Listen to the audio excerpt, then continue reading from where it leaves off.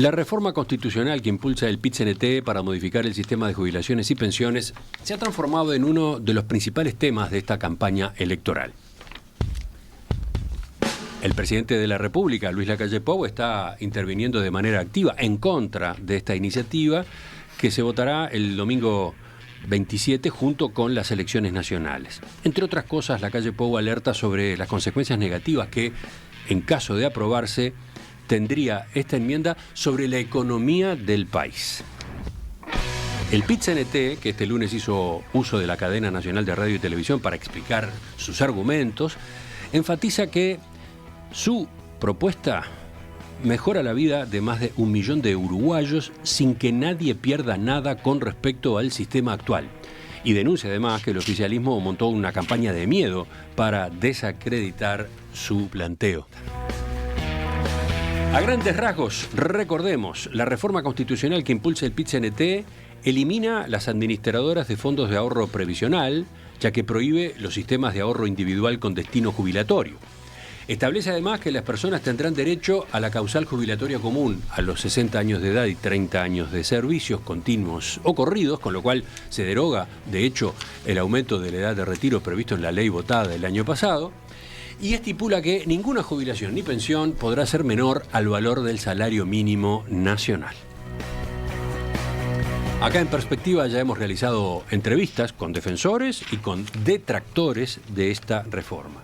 Por eso, en los próximos minutos y para cerrar el abordaje, les proponemos un debate. ¿Quiénes nos acompañan? Por un lado, Rodolfo Saldain, abogado, experto en Derecho del Trabajo y Seguridad Social, principal redactor de la ley de reforma aprobada el año pasado. Doctor Saldain, bienvenido, gracias. Un gusto de estar con ustedes una vez más. Y por otro, Sergio Somaruga, profesor de Filosofía, dirigente del Sindicato de Trabajadores de la Educación Privada, integrante del Secretariado Ejecutivo del PIT-CNT. Profesor Somaruga, también gracias por venir. Buenos días, muy agradecido por la invitación. Un saludo a toda la audiencia. Reitero el reconocimiento a ambos por haber aceptado esta invitación y agrego brevemente algunas reglas. En cada pregunta de las que vamos a ir planteando, cada uno de los invitados tiene 3 minutos para responder y luego 1 minuto y medio para eventual réplica. ¿De acuerdo? Así que en cada uno de los temas que abordaremos habrá 3, 1 y medio y 1 y medio como duración del intercambio. Y después pasaremos al punto siguiente, etcétera. Bueno, ahí están Saldain y Somaruga comentando a propósito de cómo han venido pertrechados lápiz, papel, documentos, ¿no? Antecedentes, ¿no? Cada uno tiene sus herramientas a mano. Vamos al principio entonces. Profesor Somaruga, esta enmienda constitucional se impulsa como reacción a la aprobación a mediados del año pasado de una ley de reforma del sistema de jubilaciones y pensiones que impulsó este gobierno, a la que el PIT-CNT se opuso. Pero el texto que ustedes promueven no es la derogación de aquella ley. Sí deroga uno de los aspectos, el aumento de la edad mínima de retiro, pero además incluye otras medidas que de hecho implican cambios de fondo en el sistema previsional que estaba vigente antes de la ley del 2023. ¿Por qué? ¿Por qué este plebiscito?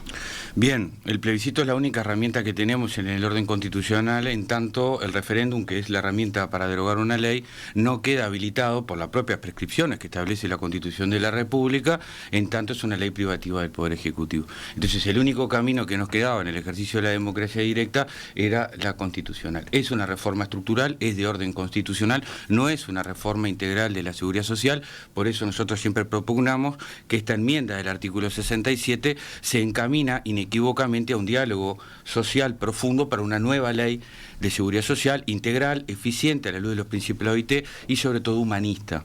¿Por qué estamos en este plebiscito? Bueno, primero porque el gobierno nos mintió el presidente de la República cuando hizo campaña electoral diciendo que no iba a cambiar las reglas de juego para los trabajadores en actividad. Esto lo hizo y lo hizo para peor, porque lo podría haber hecho para mejor. A partir de 1977 se nos impuso 5 años de trabajo obligatorio para configurar causal jubilatoria jubilatoria. Esto es una confiscación de tiempo libre jubilatorio. Pero para los nacidos en el 75, en el 76, también hubo confiscaciones de años jubilatorios. No fue la única confiscación, no fue el único daño. Hubo otro daño que fue en el salario jubilatorio. ¿Por qué? Porque antes, con 65 años de edad, nos jubilábamos con el 55% del promedio jubilatorio y del promedio salarial. Ahora es con el 45%. Hubo una detracción del 10%. En un año de vida de un jubilado, esto representa una jubilación menos por año. Esto repercute negativamente en el trabajador, en su familia y en el mercado interno, porque hay retracción del consumo, porque hay menos plata en circulación.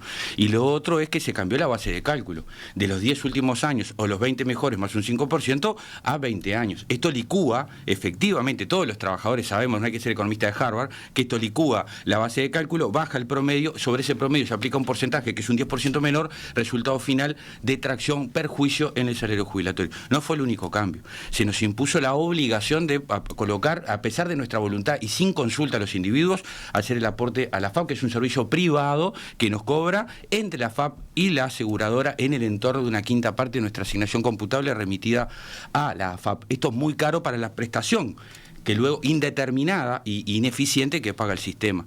Entonces, y además hay otra cosa, que acá aprovecho que está el autor de la ley o uno de sus autores, porque hubo una modificación que es inentendible, inclusive en la racionalidad de los que dicen que hay que hacer contención del gasto, a pesar del recorte en cobertura y suficiencia, retroceso de derechos, porque esto es muy caro.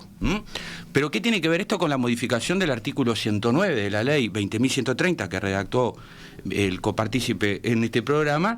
Que modificó el artículo de la 16713 y habilita a la SAFAP a cobrarse su comisión cuando el trabajador está desocupado. ¿Dónde? No del flujo, no del ingreso mensual, porque el trabajador está desocupado. ¿De dónde se va a cobrar la FAP? Del Fondo de Ahorro Jubilatorio. De una confiscación que el único propósito que tiene es asegurarle la rentabilidad a la SAFAP.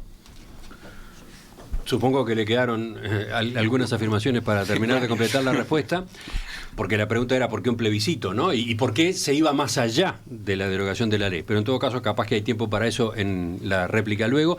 Voy al doctor Saldaña ahora. Usted se inclina por mantener el sistema previsional vigente desde 1995 con los cambios que se introdujeron en la ley del año pasado. ¿Por qué? Bueno, ahí la clave es la demografía del país, que ha cambiado sustancialmente en lo que va de este siglo y que ya venía cambiando a finales del siglo pasado. Y que la reforma aprobada en el actual gobierno es una reforma que introduce elementos claramente positivos en un conjunto de aspectos, de ampliación de cobertura, también de aumento jubilatorio de las personas de menores ingresos, pese a lo que acaba de afirmar mi, digamos, compañero en este debate. Es decir, no es correcta esa afirmación, todo lo contrario. Es decir, aquellas personas de los, digamos, el 30-40% de la población de menores ingresos, con la reforma aprobada el año pasado, vía suplemento solidario, van a tener una jubilación mayor que la que tenían con el sistema anterior, sin perjuicio de que tampoco es correcta la afirmación sobre los porcentajes que acaba de hacer el compañero, porque es correcto que si solo tiene 30 años de trabajo la persona a los 65, puede ser un 45%, pero si tiene 40, es 60%. Cada año de trabajo mejora a razón de 1.5%, por lo tanto no se puede hablar de un número fijo y estable. Por otro lado, la reforma adecua las edades jubilatorias, coordinándolos con lo que son los estándares internacionales de manera sumamente pausada. Son muy pocos los países en el mundo que mantienen una edad jubilatoria de 60 años. Lo hace estableciendo múltiples excepciones, larga carrera laboral, puestos particularmente exigentes, y además integrando con dos beneficios de carácter prejubilatorio que existen y de los cuales no se habla mucho, pero que permiten que las personas que pierdan su empleo, particularmente en el sector privado, ¿verdad?, que es donde eso puede ocurrir, obtengan una cobertura de carácter vitalicio desde 3 años antes, por un año de seguro de paro, es decir, de la persona de más de 50 años, y 2 años de subsidio especial de inactividad compensada, que es una suerte de seguro de paro extendido. Eso lo que implica es que, por ejemplo, la generación nacida en el año 77, que serían los primeros que irían a 65 años si no califican para alguna de las múltiples excepciones, en verdad tendrían cobertura si pierden el empleo desde los 62, 3 años antes. Entre las excepciones están quienes tengan una larga carrera laboral, 40 años, o 35 o 38, van a poder jubilarse con 60, 62 o 63 según su año de nacimiento, y los que trabajen en puestos particularmente exigentes.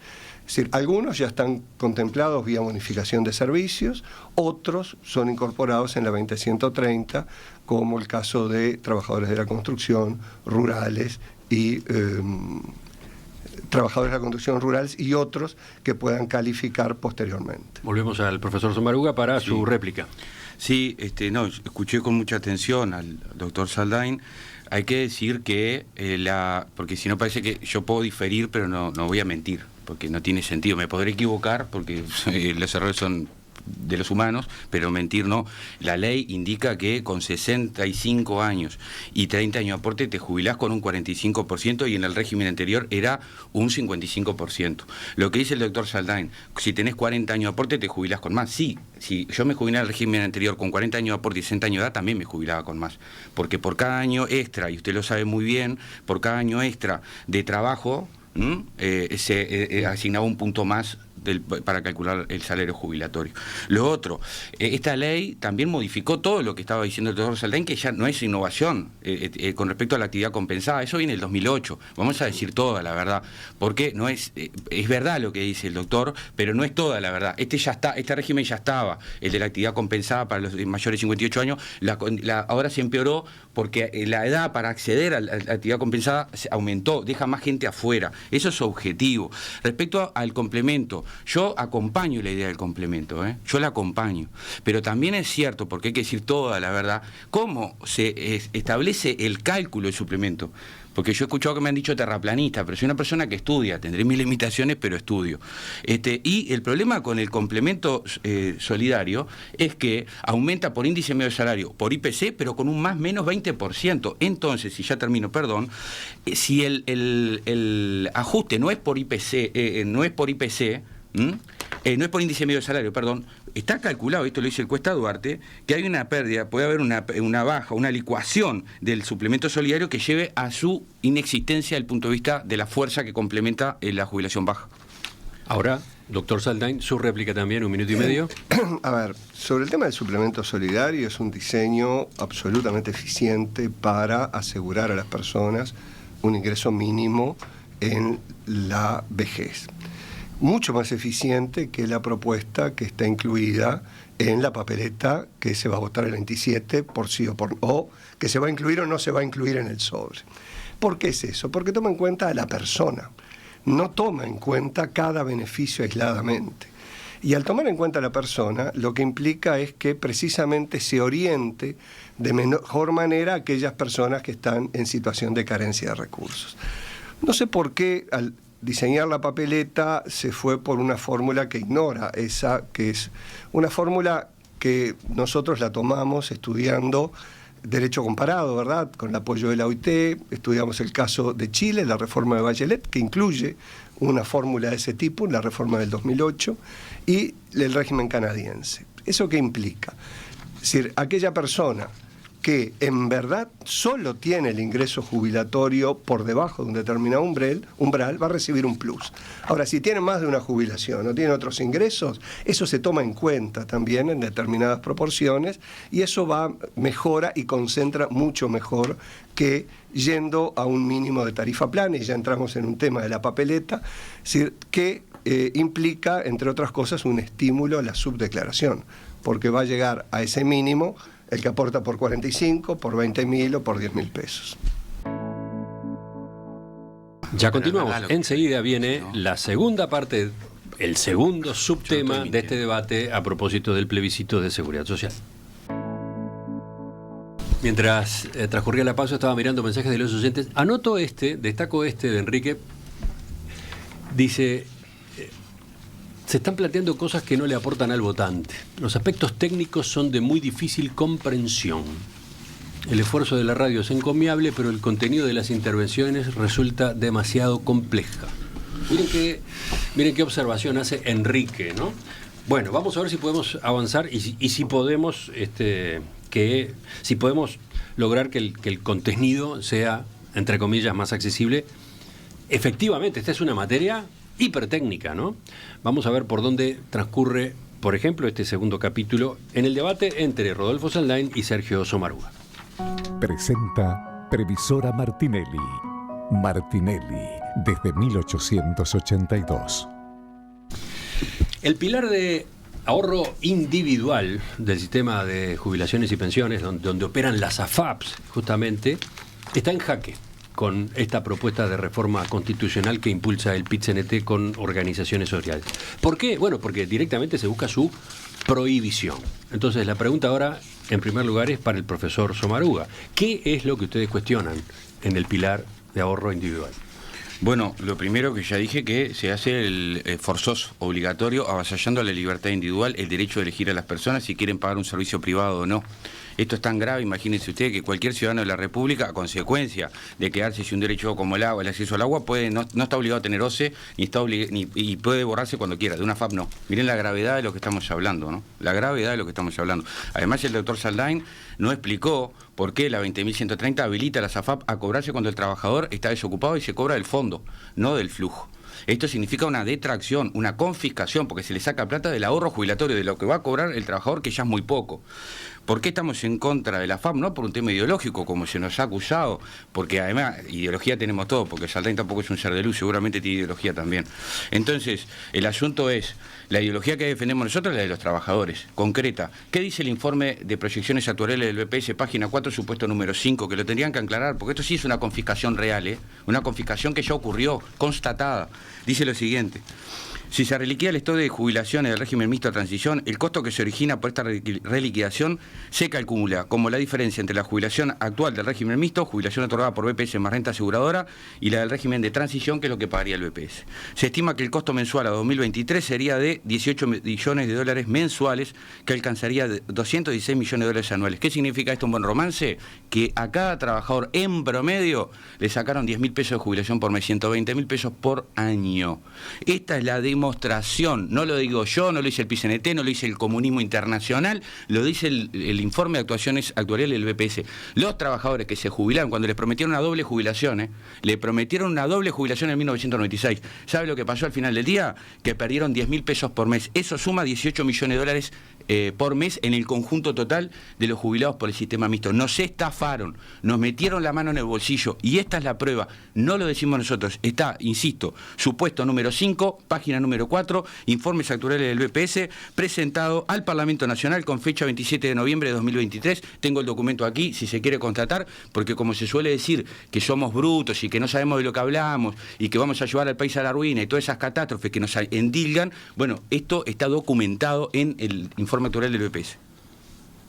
¿Le queda tiempo todavía? Sí. 30 segundos. 30 bueno, bien. El otro elemento que es significativo y que también está documentado y está extraído del Banco Seguro del Estado, que es la única aseguradora, que habiendo muchas aseguradoras privadas, que pagan las rentas vitalicias. ¿Por qué? Porque es la parte de la cadena del modelo AFAP que no deja ganancia. Entonces ni Sura, ni Puerto Seguro, ni ninguna aseguradora privada está. ¿Cuál está? El Banco Seguro del Estado, que al año 2017 había perdido 100 millones de dólares, y esto está documentado, por el pago de las rentas vitalicias. ¿Qué dice la información del Banco Seguro del Estado? La tengo acá, que el 88,9% de las personas jubiladas a abril de 2024 por rentas vitalicias, en promedio, hay gente que gana más, pero en promedio son 5.000 pesos. 5.000 pesos. Ahora sí, vamos a la respuesta del doctor Saldain.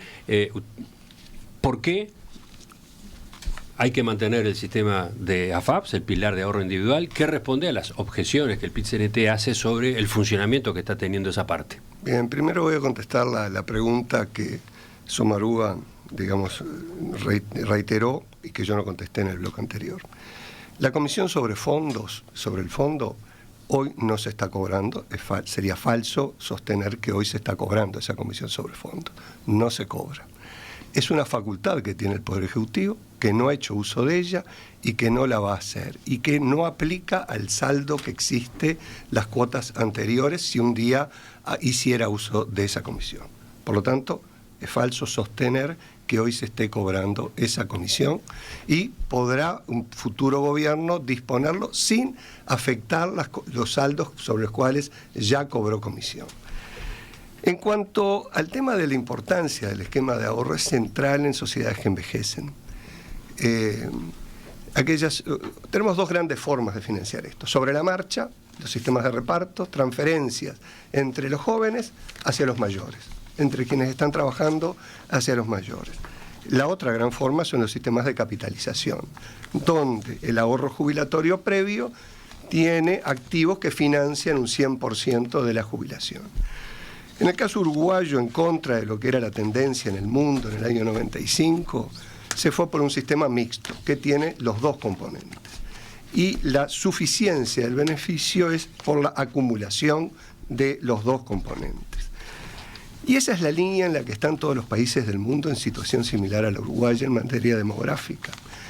Si uno mira Europa, los países de Europa han venido creciendo en sus sistemas de capitalización individual. Por ejemplo, hoy hay 12 países europeos que tienen más del 50% en ahorro jubilatorio previo. A comienzos de siglo eran 9.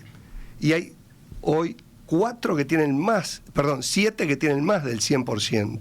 Y antes eran 4. ¿Cuánto tiene el Uruguay en los fondos que la papeleta aspira a confiscar y llevar al Estado?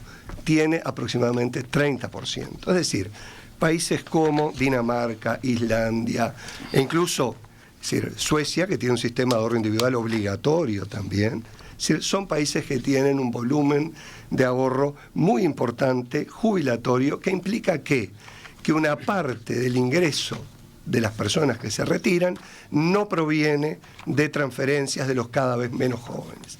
Y eso es clave para una sociedad como la uruguaya, donde las proyecciones de población indican que en 10, 15 años la población económica va a ser sustancialmente menor, la población en edad de trabajar, y que el único grupo de población que crece es el de los mayores de 65 años. Es decir, que es posible varios diseños de cómo administrar ese ahorro, por supuesto. Uruguay optó por uno, podría haber optado por otro. En lo personal era partidario de ir a algunos cambios que están escritos incluso, pero que bueno, no prosperaron. Seguimos ahora con el profesor Sommaruga. Sí, un minuto y medio. Bien, perfecto. Podemos tener diferencias, y las hay, notorias, y hay que fundamentarlas no para ver quién gana. A mí no me interesa ganar la discusión. Me interesa aportar con mis limitaciones a que la gente tenga mayores elementos de juicio para tomar una decisión, porque acá no hay dueños de la verdad ni habitantes del Olimpo. Hay seres humanos que piensan, razonan y defienden derechos e intereses. Yo defiendo lo de la clase trabajadora. Lo que estoy diciendo con respecto a la que se facultó al Poder Ejecutivo está en el artículo 109, modificó el artículo 103 de la 16713 y habilita al Poder Ejecutivo a que se le cobre a los trabajadores desocupados. Esto es así, es irrebatible. Respecto a la crítica al modelo de ahorro obligatorio, esto es un informe de la OIT del año 2019, firmado por 5 técnicos que no son terraplanistas, y dice lo siguiente: entre 1981 y 2014, 30 países privatizaron total o parcialmente su sistema de pensiones públicas obligatorias. En 2018, 18 países habían revertido las privatizaciones. OIT está diciéndolo, no Sergio Sommaruga ni el PICNT. Este informe analiza el fracaso de los sistemas de pensiones privadas obligatorias para mejorar la seguridad y los ingresos de la vejez y su bajo desempeño en términos de cobertura, niveles de beneficio, costos administrativos, costos de transición, impactos sociales y fiscales negativos. La OIT lo dice, 2019. Pero atención, esto no termina acá. También lo dijo en la comisión. También lo dijo en la comisión de expertos, que ahora lo voy a citar si me da el tiempo, pero también quiero traer acá, porque me he tratado de instruir, lo que dice Nicolás Barth, uno de los economistas más prestigiosos en materia de estudio de la seguridad social, que seguramente Sarlain lo conoce, y él advierte en su libro La economía del estado de bienestar, tengo la cita acá, que el problema de la transición demográfica, que es cierto y nadie lo discute, también afecta a los fondos de ahorro previsional, los fondos de ahorro jubilatorio individual. Doctor Saldain. Es correcto que la transición demográfica afecta a los fondos de ahorro jubilatorio porque a una misma volumen de ahorro el crecimiento de la esperanza de vida implica un menor beneficio. Por lo tanto, se requiere o un retraso de la jubilación que lo compense o un mayor volumen de ahorro que lo compense. Es decir, no es que estén, no hay nada que esté inmune al dinamismo de las sociedades, en particular a este tan marcado que caracteriza el siglo XXI, Era bueno, que es la longevidad y que, digamos, tiene... a mí me gustaría citar otro trabajo de la OIT. La OIT compareció en el Parlamento Nacional cuando se discutió la ley 20.130. Y allí compareció para dar su opinión el 6 de diciembre del 2022. ¿Qué dijo la OIT allí? Lo que dijo fue, con respecto a la propuesta de la reforma, la 20.130, se plantea una arquitectura del sistema que va en línea con el camino que están recorriendo países con desafíos similares, convergiendo a una estructura multipilar. Que es la definición de la OIT, es una estructura multipilar, ¿verdad? No es la estructura estatizada que plantea la papeleta del PIT-CNT. Por lo tanto, creemos que el proyecto consolida este sistema mixto en el que existe un aporte público, un fondo colectivo y un ahorro privado. Y esto va muy en línea con las recomendaciones 202 y los convenios 102 y 128 de la OIT. Y después destaca aspectos de equidad del sistema. Voy a hacer una excepción a la dinámica que habíamos previsto, porque en este tema, que es muy importante como parte de la discusión, el de la SAFAP, el del pilar de ahorro individual, faltó la respuesta del doctor Salteana a propósito del cuestionamiento de Sommaruga del el monto de las pasividades que se cobran vía FAP. Esto ha sido manejado con insistencia desde el PIT-CNT. Entonces, que responda a esto el doctor Saldaña y después escuchamos de nuevo a Sommaruga. Sí, el monto promedio de las rentas vitalicias que está pagando el Banco de Seguros es de 11.400 pesos, con un aporte estándar del 7,5%, mientras que en el caso del BPS la jubilación promedio es 35.000 pesos, con un aporte del 15%, el 7,5% del trabajador, el 7,5% del empleador, más impuestos y, bueno, asistencia financiera. Y la visión del sistema no es contraponer Pilar 1 y Pilar 2, sino que es la visión integrada, ¿verdad? Eso es un sistema mixto. Pero sobre los valores que esgrime el PIT-CNT que están cobrando quienes se jubilaron por este sistema.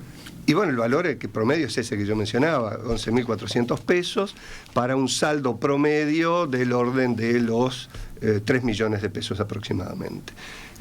Si eso se considera, y que probablemente se considere, es decir, insuficiente, en verdad eso es lo que se puede financiar, porque como bien decía Sommaruga, el Banco de Seguros no está teniendo una utilidad, es decir, no está perdiendo plata ya, no está perdiendo plata, y pero no está teniendo una utilidad que sea desmedida. Es decir, y eso es lo que muestra la gravedad del problema demográfico. Para financiar jubilaciones razonables a edades relativamente tempranas se requieren mayores volúmenes de ahorro o mayores volúmenes de recursos. Y eso es así. ¿Dónde está el límite? Bueno, cada sociedad decide en sus políticas presupuestales y demás dónde hacerlo. Profesor Sommaruga, su cierre en este tema. En este último estamos totalmente de acuerdo. Lo que pasa es que, insisto, con el rigor. Yo me podré equivocar, pero el rigor es importante. Yo lo que dije es el 90%, según datos del Banco Central del Estado, lo tengo acá, no son inventos míos, los tengo acá, se los puedo facilitar. El 88,9% en promedio gana 5.053 pesos. En promedio, hay gente que gana más, pero el promedio es ese. ¿Te puedo hacer una interrupción ahí? Muy breve. Sí. O si no puedo, no lo puedo. No, me cortó el hilo de razonamiento, pero... Vamos a dejar que termine. A ver, nosotros ahí tenemos en ese conjunto de personas beneficiarias, personas que se jubilaron en el año 96, en el 97, en el 2000, cada año. Es decir, el sistema recién ahora tiene 28 años. Las personas que se jubilaron en los primeros años lo hicieron con muy poco tiempo de aportación. Y ese es un elemento que estadísticamente es fundamental en este análisis. Ahora sí. Disculpa y si es necesario, por favor, te cedo parte del tiempo mío. Muchas gracias, muchas gracias. Lo que quiero decir es que este es un dato objetivo. El 90% en promedio cobra 5.053 pesos. Hay gente que cobra más, pero el promedio es ese. Pero también hay que decir que el 30% de las personas que cobran menos, cobran en promedio 859 pesos. Y es verdad lo que dice el doctor. Porque yo, a diferencia de él, sí admito que es cierto que el 100% cobra 11.000. ¿Por qué? Porque el 10% hace que el otro 90% duplique. el promedio, porque hay un 10% que le sirve la ASAFAP, y eso es así, yo no lo niego, pero es un 10%, el 90% no le sirve. Respecto a la gente que muchas veces se dice el sistema no está maduro. Bueno, entre los que se jubilaron entre 2018 y 2020, ahí la ASAFAP tuvieron más de 20 años, la gente tuvo más de 20 años de aporte, ¿no? El 68% de las personas se jubiló en promedio con 1.800 pesos. Esto lo publicó el doctor, el ex ministro Murro en un artículo que está publicado en La Diario. Respecto a la OIT que dice sobre el multipilar, lo tengo acá, no es un invento mío, traje para que lo vean, porque si no, como me han acusado de tantas cosas, y yo insisto, se puede estar en contra de lo que yo digo, yo no voy a convencer al doctor, pero yo no creo que él mienta, no está bueno que a nosotros nos acusen de cosas que no son. ¿Qué dice la OIT con respecto al multipilar? Perdón, ya termino. No todos los países necesitan establecer este pilar, el pilar 2, el pilar del ahorro obligatorio, está acá. ¿Está? Y después, ¿qué otra cosa dice la OIT también? La experiencia internacional ha demostrado que los regímenes de pensiones basados en cuentas individuales conllevan muchos riesgos financieros y demográficos para las personas y son incapaces de garantizar los principios de seguridad social. Lo dice la OIT, no lo dice Sergio Sommaruga.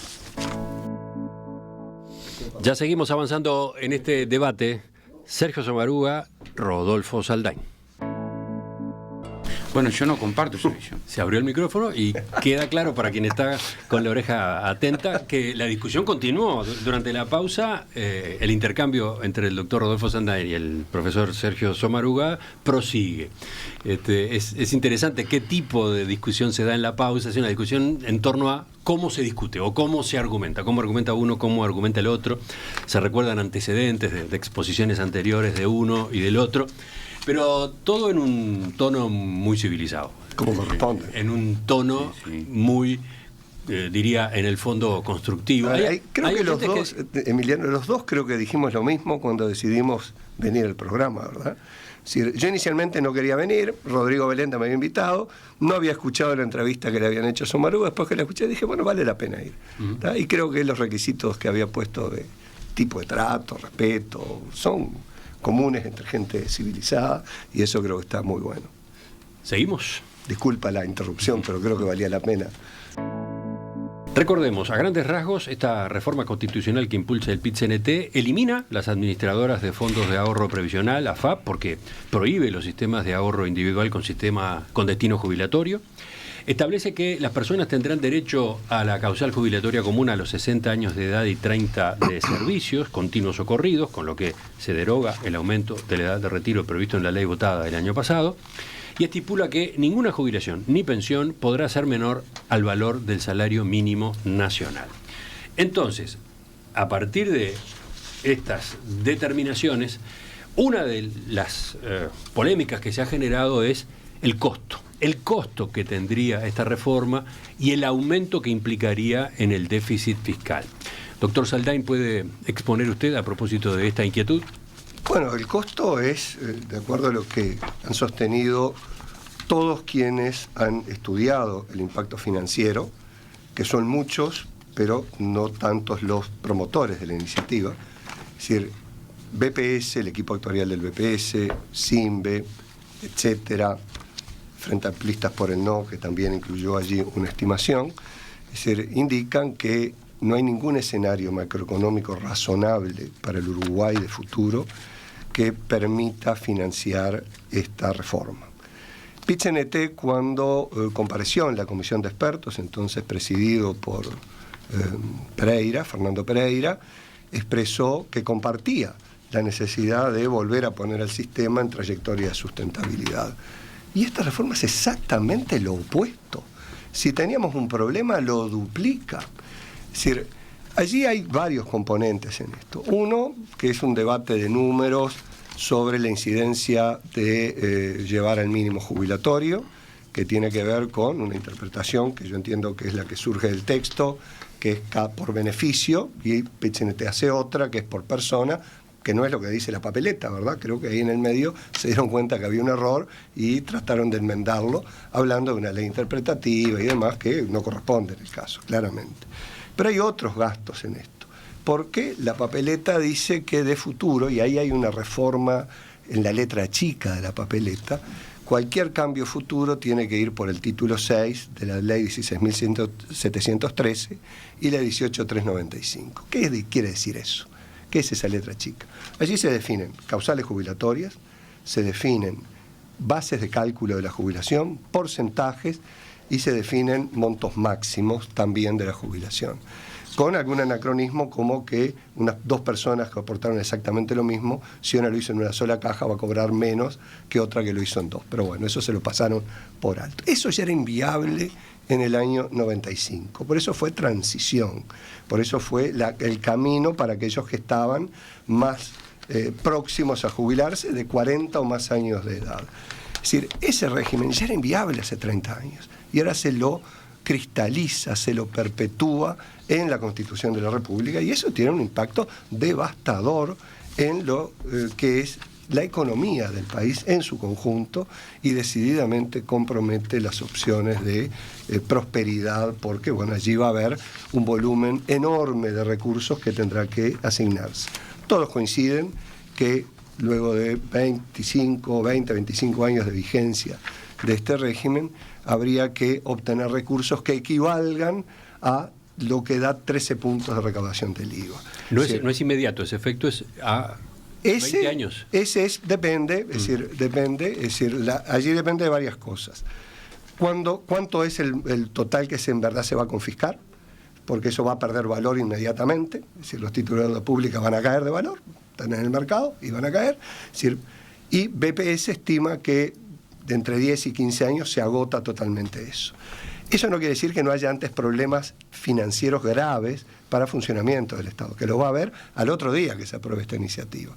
Estos otros que yo mencionaba son ya problemas fiscales de mediano plazo, que es otro orden de problemas, pero que involucran recursos del orden del equivalente a 13 puntos de recaudación del IVA. Profesor Samaruga. Sí, la estructura de costos o de financiamiento de derechos, porque estamos hablando de financiar derechos. Y yo acá coloco una perspectiva de clase, de la clase trabajadora. Para los trabajadores y los pobres, sin derechos no hay ejercicio de libertad, o el ejercicio de la libertad se deteriora, ¿no? Esto es así. Entonces, cuando veamos por derechos, peleamos por el ejercicio de libertades. Para los ricos esto no es un problema, porque los ricos tienen privilegios, y los privilegios hacen que no necesiten de los derechos. Ahora, el pobre, si no tiene educación pública, no tiene educación. Si no tiene salud pública, no tiene salud. Si no tiene centro CAIS, no tiene dónde llevar a su niño, porque no tiene la plata para llevarlo a un centro privado. Entonces, para los pobres los derechos son ejercicio de libertades. Entonces, desde esa perspectiva es que estamos impugnando la política económica y fiscalista que defiende el doctor Saldain, que tiene todo su derecho a hacerlo, porque él tiene otra visión de la sociedad a la que tengo yo. Lo que dice la OIT, que está acá, es una mío, lo quiero mostrar para que lo vean, ¿no? ¿Qué dice? Con respecto a la necesidad de mejorar la cobertura y la suficiencia, más gente jubilada con mejores prestaciones, que es el deseo compartido, en eso no hay duda. Existe espacio fiscal incluso en los países más pobres. Hay una gran variedad de opciones para generar recursos para la protección social. Es imperativo que los gobiernos exploren todas las alternativas de financiación posibles. ¿Qué alternativa se estudió la 20.130? Ninguna. En el esquema de financiamiento, ninguna. Hay plataformas multinacionales que vienen acá a precarizar el trabajo de los trabajadores. Pedido Ya, Uber, y los nombro porque lo puedo fundamentar. Hay trabajos académicos que lo dicen. Gente que trabaja 10 y 12 horas. ¿Pagan aporte patronal estas multinacionales por los trabajadores? No pagan. ¿Esto lo enmendó la 20.130? No lo enmendó y se negaron a discutirlo. Un trabajador rural, ¿cuánto paga? Un 15% a la previsión social. ¿Cuánto paga Syngenta, Cargill, una agroexportadora? Un 1,9%. Se negaron, el gobierno, más allá de la posición de Saldain, se negó a discutir esto. Entonces, acá tenemos un problema de inequidad profunda que desconoce las orientaciones de la OIT, y Uruguay es el quinto país del mundo donde los trabajadores aportamos más a la seguridad social. Entonces, hay espacio, es verdad que la economía es finita. Ahora, la discusión es, o nos imponen el pensamiento único, que además es un castigo, porque los que están diciendo a la gente, si votan la papeleta para mejorar sus jubilaciones, los vamos a castigar aumentando el IVA. Hay una amenaza ahí. No sé por qué se ríe, porque yo lo estoy escuchando con respeto a usted. Y entonces lo que digo es, a pesar de que discrepo con usted, lo escucho con respeto.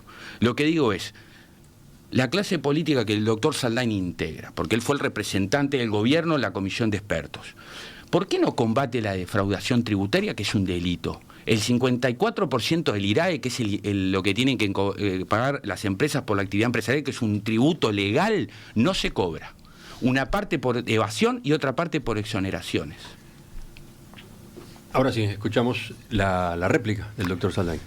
Bien, claramente, si encaramos los temas de política pública desde una perspectiva de lucha de clases, que es legítimo que alguien lo encare, desde esa perspectiva, lo que creo que es inexorable es recurrir a la experiencia de la historia, ¿verdad?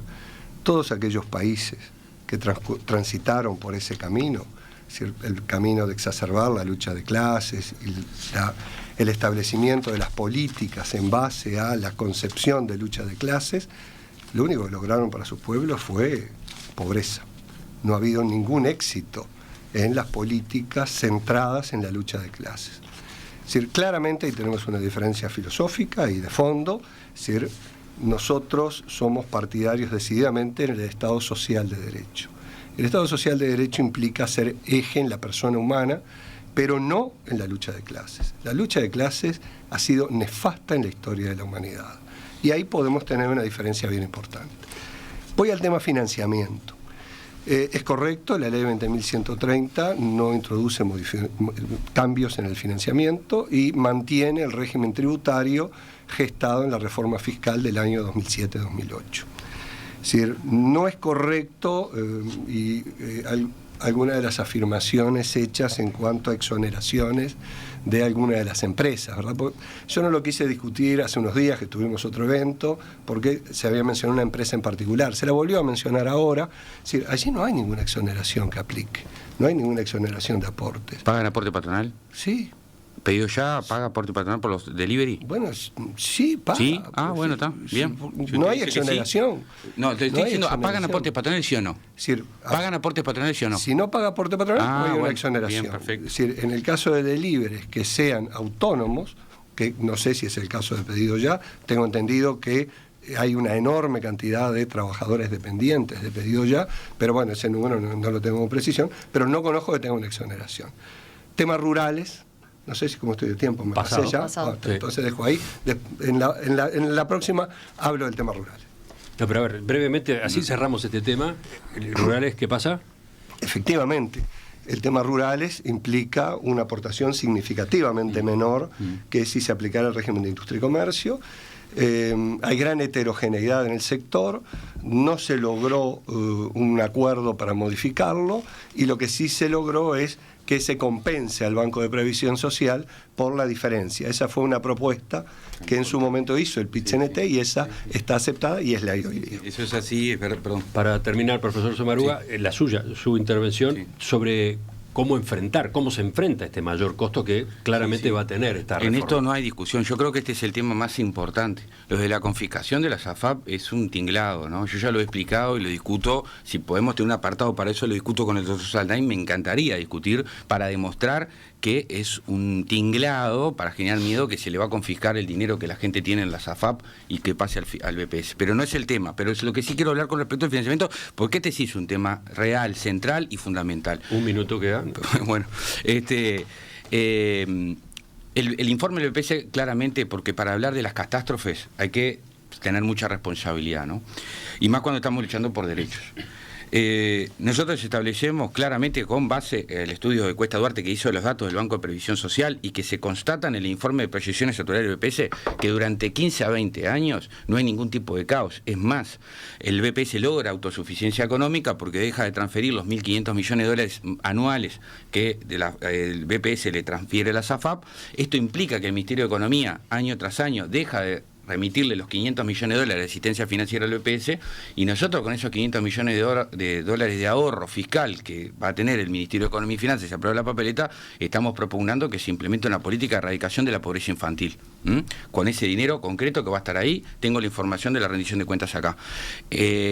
Respecto al largo plazo, sí, efectivamente, como en el régimen de BPS las personas reciben mejor jubilación, y esto no hay discusión, que con el sistema mixto hay una expansión del gasto. Esto es así. La discusión es cómo se financia. Nosotros lo que establecemos es que para financiar hay que salir del pensamiento único, hay que salir de la ortodoxia neoliberal y hay que abrir la cabeza sin dogmas y decir, bueno, en el 2019, del 2019 al 2023 aumentamos 1.200 millones de dólares la exoneración en IRAE y en impuesto al patrimonio, que va para los más ricos. El desempleo en estos años solo bajó un 0,5%. O sea que 1.200 $300 millones gastamos para bajar medio punto del desempleo. ¿No hay que revisar las exoneraciones al gran capital en beneficio de la gente? De nuevo, voy a hacer aquí una excepción a la dinámica que teníamos prevista. ¿En qué sentido? En esta intervención que acaba de realizar el profesor Sommaruga, de hecho, contesta sobre un punto que pensábamos tratar, que es si por el camino de esta reforma se está, al poner más dinero del Estado en la población de edad avanzada, descuidando, no dándole prioridad a la infancia, donde se registran los mayores niveles de pobreza. El profesor Sommaruga dice que con los márgenes que quedarían, por lo menos en todo el primer periodo posterior a la aprobación de la reforma, habría $500 millones anuales para destinar a pobreza infantil. Entonces, vuelvo al doctor Saldain ahora para preguntarle a propósito de esta explicación que ha dado el profesor Sommaruga en cuanto a forma de financiamiento de este mayor gasto, ¿no? Bueno, yo no escuché que Sommaruga dijera cómo va a financiar el agujero que le queda al BPS una vez que se termine el dinero que se va a confiscar. Es decir, no lo escuché. Es decir, escuché sí unas referencias relativamente genéricas. Lo cierto es que por cada peso que se le da al BPS, se le ponen entre 3 y 5 pesos más de gasto. Es decir, eso es un agujero que hay que financiarlo. Es decir, y no es correcto que esto no vaya a tener efectos en lo inmediato. Lo va a tener al otro día que se apruebe la iniciativa. Primero, los $23.000 millones a confiscar ya no van a valer esa plata. El Estado uruguayo va a tener enormes problemas para lograr el financiamiento de su funcionamiento. Es decir, el Estado uruguayo se financia en gran medida con una emisión que se hace todos los años de diferentes tipos de deuda. Aproximadamente 4.000 y algo de millones de dólares es lo que se coloca en el mercado. Ese dinero, el principal cliente es el ahorro jubilatorio hoy día, que tiene enormes virtudes. Una fuente de financiamiento para el gobierno uruguayo con moneda nacional, no con deuda externa, que tiene un ahorro, que tiene un impacto en una buena rentabilidad totalmente segura en las cuentas de las personas. Es decir, más allá de que hay, enorme cantidad de inversiones en el sector real, pero eso es bien importante allí. En ese contexto de aprobación de esta iniciativa, es decir, las dificultades van a estar muy marcadas para obtener ese financiamiento, y si se obtiene, va a ser notoriamente más caro. En el comienzo del programa ustedes hablaban de Argentina y hablaban de 1.000 puntos básicos. ¿Saben cuánto paga Uruguay? El riesgo país de Argentina hoy. 100 puntos básicos. Cada punto que tenga de mayor interés que tenga que pagar Uruguay va a estar entre 40 y 45 millones de dólares. Y se puede pensar que si esto prospera va a ser más que eso. El próximo gobierno va a tener que destinar, y ya el próximo gobierno, en el eje de 400, 500 millones de dólares de más gasto para cubrir su funcionamiento, cosa que hoy la tiene totalmente resuelta. Los problemas son inmediatos de financiamiento. Los fiscales pueden estar un poco más diferidos. Enseguida venimos con, no digo el final, digamos la penúltima parte de este debate a propósito del plebiscito de seguridad social que tendrá lugar el 27 de octubre junto con las elecciones nacionales. Le cuento a los oyentes que la discusión entre Saldain y Sommaruga fuera de micrófonos prosigue, o sea, se aprovecha cada pausa para un intercambio que no está saliendo al aire, que no es lo que está transcurriendo en los minutos que tenemos pautados, que se da de manera constructiva también, de manera respetuosa, pero que tiene cierta cosa de tensión. Diría que la ventaja de las pausas es que afloja la tensión. Es que claro, que estos otros aspectos que ustedes están anotando mientras sale la tanda, si se volcaban al aire, capaz que distraían, ¿no? Ahora, volvemos al foco, volvemos al contenido, a este contenido que construimos para este debate, donde hemos elegido algunos, pero algunos nada más, de los puntos que vertebran la polémica en torno al plebiscito de seguridad social del 27 de octubre. En perspectiva, contenidos de calidad para la era digital. Ya casi en el final, otro de los ejes del debate son los impactos que tendrá esta reforma impulsada por el PIT-CNT, si se aprueba, sobre la reputación del país, de la República Oriental del Uruguay, en cuanto a su seguridad jurídica y, bueno, la afectación que eso a su vez tendrá en la llegada de inversiones y en el aumento del riesgo país. Doctor Saldain, ¿puede explicar cuál es exactamente esta parte de su oposición? Los países prosperan o fracasan en función de múltiples circunstancias y que no tienen particularmente que ver con cuán ricos son. Tienen particularmente que ver cuán sólidas son sus instituciones. Si la riqueza fuera lo que determina o el éxito o el fracaso de un país, Argentina no podría ser nunca pobre. Venezuela no podría ser nunca pobre. ¿Por qué Venezuela fracasa económicamente? ¿Por qué Argentina ha fracasado económicamente? Por la enorme debilidad de sus instituciones en manos de sucesivos gobiernos de corte populista y básicamente contrarios a lo que es un mínimo de estabilidad. ¿Por qué Uruguay, en su contexto, es decir, pese a tener un crecimiento magro, es decir, porque realmente llevamos 20 años con crecimientos que más allá del auge de las commodities es magro, pero ¿por qué destaca en la región? Por la fortaleza de sus instituciones, por la credibilidad, por su Estado de Derecho, por su respeto a reglas básicas como la propiedad privada, los contratos, y precisamente esta iniciativa del PIT-CNT va en el sentido exactamente opuesto. A ver, ¿por qué?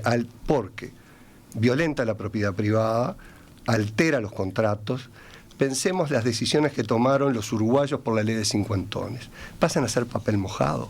Fueron asesorados 84.000 personas, 47.000 decidieron no desafiliarse de las AFAPs por diferentes razones, muchos porque no querían asumir un pago que tenían que hacer. Pues ahora esas opciones tomadas en base a una ley es papel mojado. ¿Qué más? Porque eso pasa a estar derogado. Es decir, se altera claramente la propiedad privada de los fondos de ahorro jubilatorio, es decir, que dejan de ser de las personas, dejan de ser heredables, dejan de poder accederse a ellos en determinadas circunstancias, por ejemplo, cuando se dilata lo que está en la última ley, el 9% para quienes difieren 3 años la edad jubilatoria, y porque se pone en trayectoria de insustentabilidad el financiamiento del Estado en su conjunto. Eso altera sustancialmente las decisiones de inversión en el exterior, como decía la pregunta, internacional, pero también locales. También locales porque no hay chance de que el Uruguay sea un país próspero en la medida en que no respete esas reglas básicas, que son reglas del capitalismo, que son reglas con las que probablemente Sommarúa no esté de acuerdo, ojalá que lo estuviera, pero probablemente no, pero que son las reglas que hacen que una sociedad prospere. Y es por lo cual Venezuela no ha prosperado, es por lo cual Argentina no ha prosperado. Entonces allí es donde hay una clave, donde esta iniciativa, si tiene éxito, va a comprometer las posibilidades de desarrollo del país. ¿Qué dice el profesor? Bueno, Saldain sacó el comodín de Venezuela. Temores, el riesgo de pérdida de reputación. Saldain sacó el comodín de Venezuela. Yo discuto con la realidad concreta del Uruguay. 20% de los niños y niñas nacen por debajo de la línea de pobreza. 550.000 uruguayos ganan 25.000 pesos como máximo. 308.000 jubilados y pensionistas ganan 18.000 pesos como máximo. Tenemos 400.000 trabajadores en la informalidad, 157.000 sin trabajo. Se anotaron para los jornales solidarios por 13.000 pesos por mes, más de 200.000 uruguayos y uruguayas porque quieren trabajar. Y el mercado que defiende Saldain, ni las políticas públicas de su gobierno le han garantizado eso a los trabajadores. El Producto Bruto Interno en el año 1996 era 33.000 millones de dólares. En el 2023 es 77.000 millones de dólares. La prosperidad aumentó un 130%. Sin embargo, los pobres, los trabajadores, la gente común, los que no tienen millones de dólares guardados en cuentas bancarias, como el 1% más rico que concentra el 80% de la riqueza financiera, según estudios de la IECON, no del PIT-CNT ni del Comunismo Internacional, de académicos de la Facultad de Economía, no tienen este problema.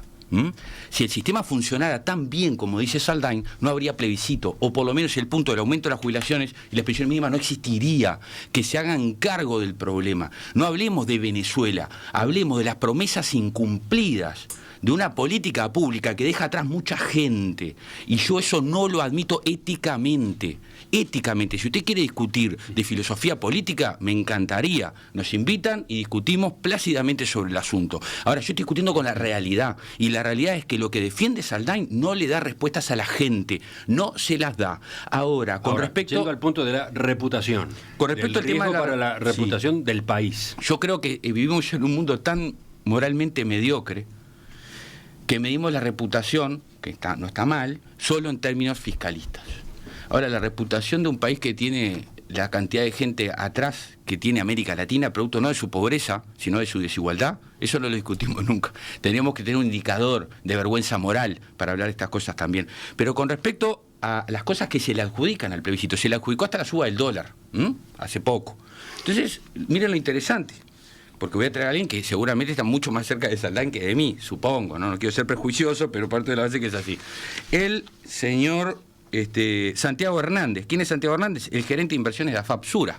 ¿Qué dice Hernández con respecto a la suba del dólar? Dice que es una combinación de factores, y es así, pero cuando le preguntan por el tema del plebiscito, dice, y cito: entiendo que ese no es el factor que dominó estos movimientos, porque el contraargumento sería que el spread, o sea, el diferencial de retorno entre bonos uruguayos y Estados Unidos, en dólares, es la medición del riesgo crediticio, no se vio alterado.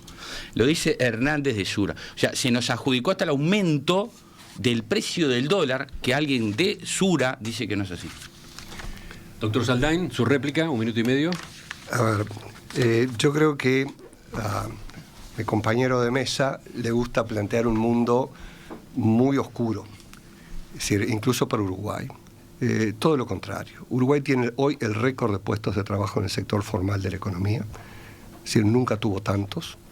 Es decir, tiene el récord de masa salarial, es decir, y eso lo que implica es salario y calidad de vida para las personas.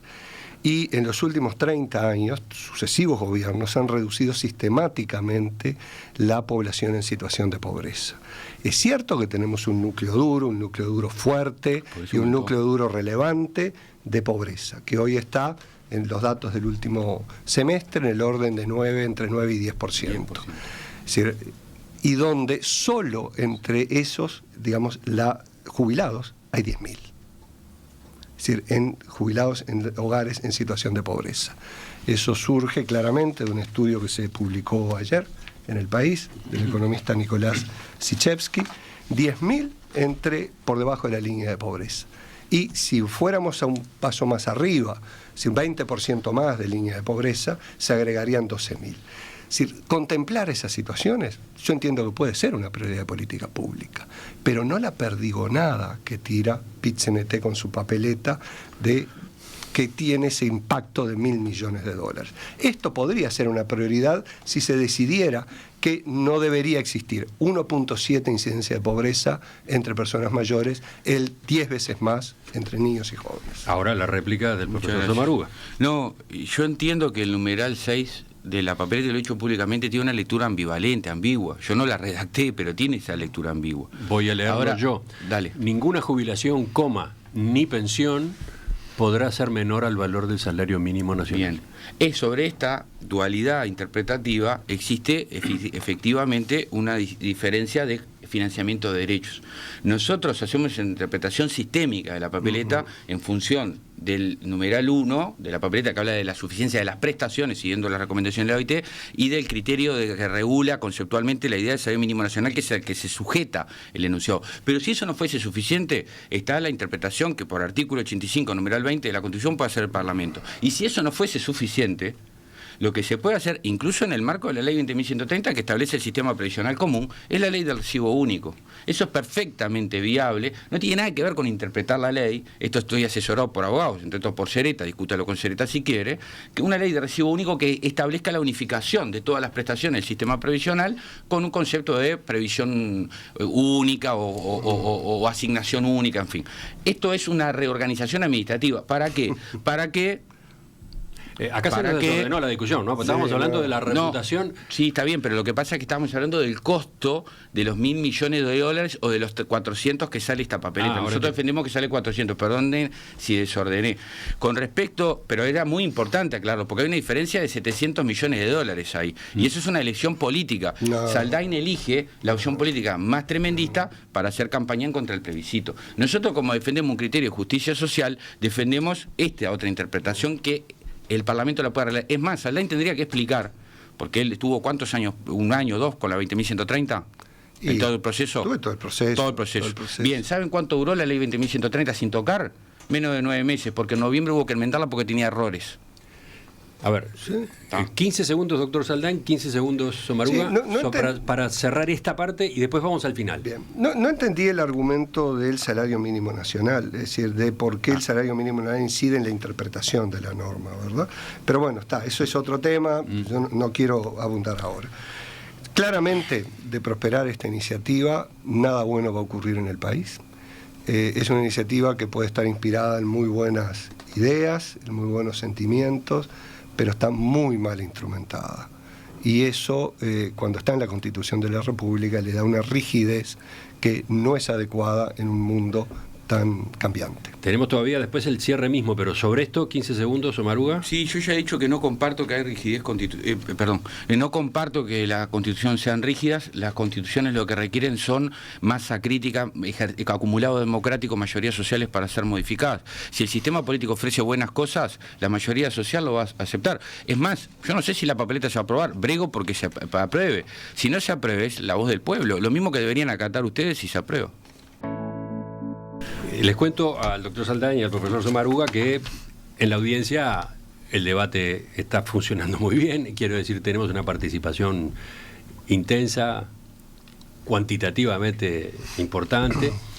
También tenemos algunas objeciones o matices, ¿no? Por ejemplo, el mensaje de Álvaro se ha reiterado.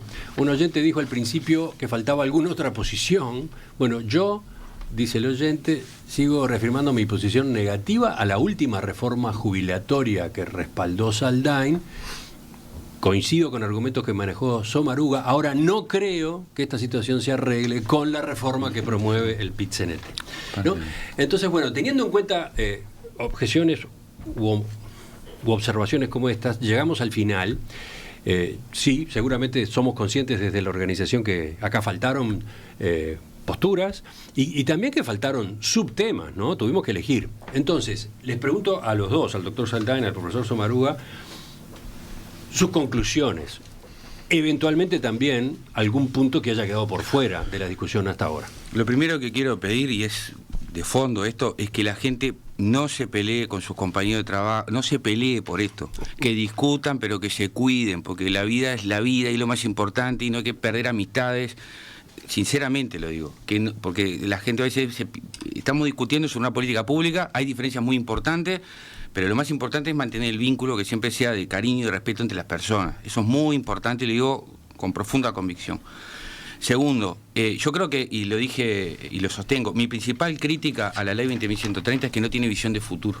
La única visión de futuro que tiene es la fuga hacia adelante, que es con la extensión de la edad jubilatoria que está marcada en la propia ley, que cada 3 años puede aumentar. ¿Por qué este es un problema?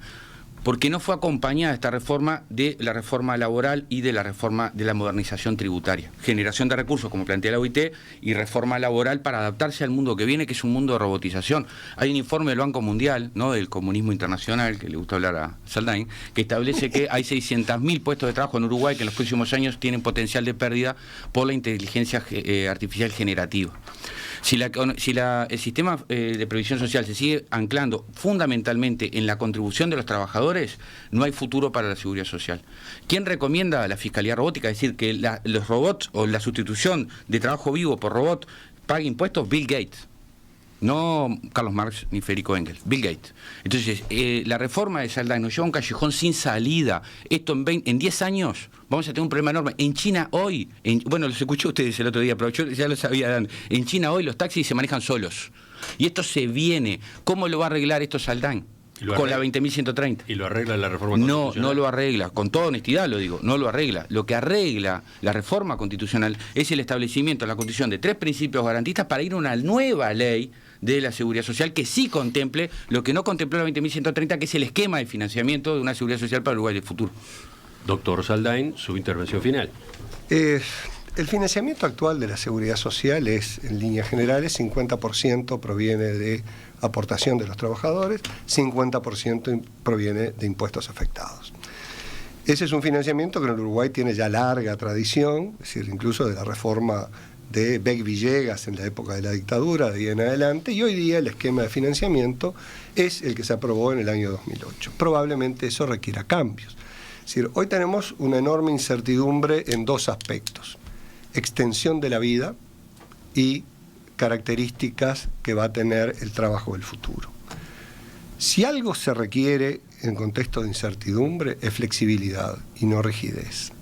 La propuesta de la papeleta del PIT-CNT, en mi opinión, y entiendo que digamos mi compañero de mesa no esté de acuerdo, le introduce una enorme rigidez a esos dos aspectos. Es decir, probablemente el trabajo del futuro vaya a cambiar mucho, y eso la ley 20.130 lo contempla en la medida en que es abierta, no es rígida. Y habrá que ver por qué camino se va. Es decir, precisamente el establecer una edad jubilatoria mínima en la Constitución en 60 años va en el camino exactamente contrario. La FDA acaba de aprobar, afortunadamente, un medicamento que detiene o retrasa los efectos del Alzheimer. Muy bien, bienvenido. Y va a ser accesible seguramente porque lo va a pagar el FONASA de los jubilados americanos. Si lo va a pagar el Medicare va a ser masivo. Es decir, por lo tanto, y eso está muy bien. Y la calidad de vida de las personas va a seguir creciendo. Es decir, lo que se requiere es estudiar y ser flexible en las iniciativas, ver el mundo en el que se está. Es decir, claramente, desde mi perspectiva, y sé que tenemos una discrepancia en eso, la 20.130 habilita eso, mientras que el plebiscito le da una rigidez enorme a las soluciones que propone. En Perspectiva, periodismo para la era digital. Bueno, no interrumpir. No, pero no interrumpí nunca. Escucharon las risas, las carcajadas, las sonrisas. ¿Cómo era eso? Ejercicio de autocontrol, para decía no Somaru. Interrumpirlo, porque es una cuestión de respeto no interrumpir al otro, ¿no? Pero tuve que hacer un ejercicio de autocontrol grande. Creo que lo hicimos razonablemente bien. Sí, ambos sí tuvieron que dejar hablar al otro en determinados momentos donde tenían ganas de saltar, ¿no? Sí, sí. Eso pasó. Eso pasó, yo le agradezco especialmente a ambos, al profesor Sergio Somaruga, profesor de filosofía, dirigente del Sindicato de Trabajadores de la Educación Privada, integrante del Secretario Ejecutivo del PIT-CNT, al doctor Rodolfo Saldain, abogado especializado en Derecho del Trabajo y Seguridad Social, corredactor de la reforma previsional del año 1995 y además ahora uno de los redactores principales de la ley que se votó el año pasado, que hayan aceptado la invitación, que nos hayan acompañado a lo largo de esta hora y media de debate, que por supuesto no agotó la materia, pero espero le haya aportado a los oyentes elementos para situarse mejor frente al tema. Tienen pendiente otro debate, parece. Sí, no, eso no sé, pero eso ahora nos tomamos un café. No, filosofía política. Ideológico. No, de filosofía política, pero es para eso. No, les quiero agradecer a ustedes, perdón, por esta oportunidad y por la ecuanimidad de trato y la profesionalidad con la que han trabajado, que es la que caracteriza este programa, y me he sentido muy a gusto y quiero decirlo explícitamente. Espero que hayamos aportado algo a los oyentes para la decisión que habrá que tomar en los próximos días, y creo que es un punto de coincidencia, todos consideramos que es absolutamente central en el futuro.